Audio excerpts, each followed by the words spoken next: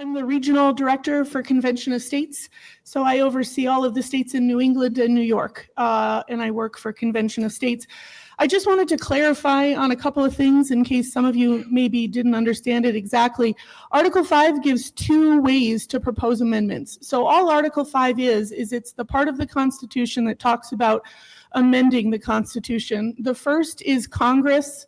So both bodies propose an amendment, and then that has to be ratified by 38 states. That's the only way we've done this so far. So all 27 amendments that we have in our Constitution have been done that way. The other part, which is what we're talking about, is a convention of states to propose amendments. And as we've mentioned, 34 states need to pass basically an agenda with the same topics. So our topics are term limits, fiscal restraints, and to reduce the size, scope, and jurisdiction of the federal government.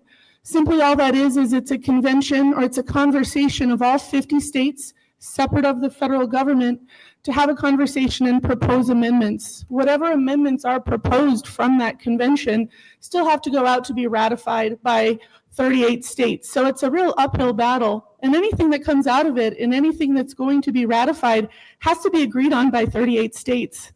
That's a real challenge. So the idea of anything really radical coming out of that is really a difficult challenge. And so it's going to be topics or amendments that have to be agreed on by the supermajority of the states. But what it really is it's a chance for the states to have a final check and balance on the federal government.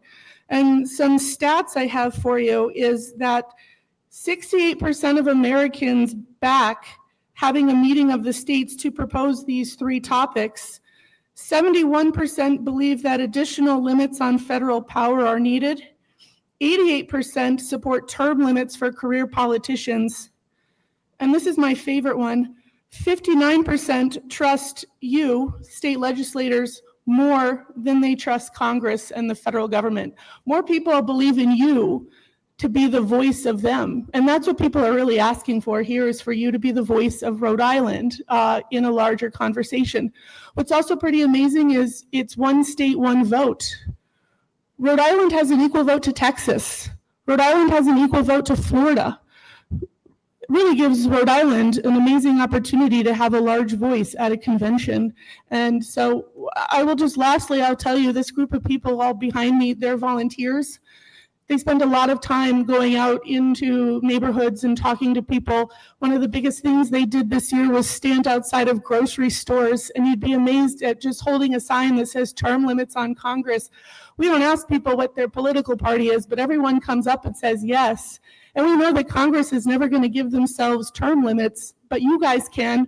And this is your opportunity to be the heroes of our amazing story that is American history. This is your chance right now to be those people to do that. So in wrapping this up, my request to you is to vote this out of the committee and give this a chance to be heard by the larger body of the Rhode Island House of Representatives, and let the people of Rhode Island, really have a chance to hear what the whole body thinks about Convention of States and these proposals. So please support this, please pass this, and happy to answer any questions.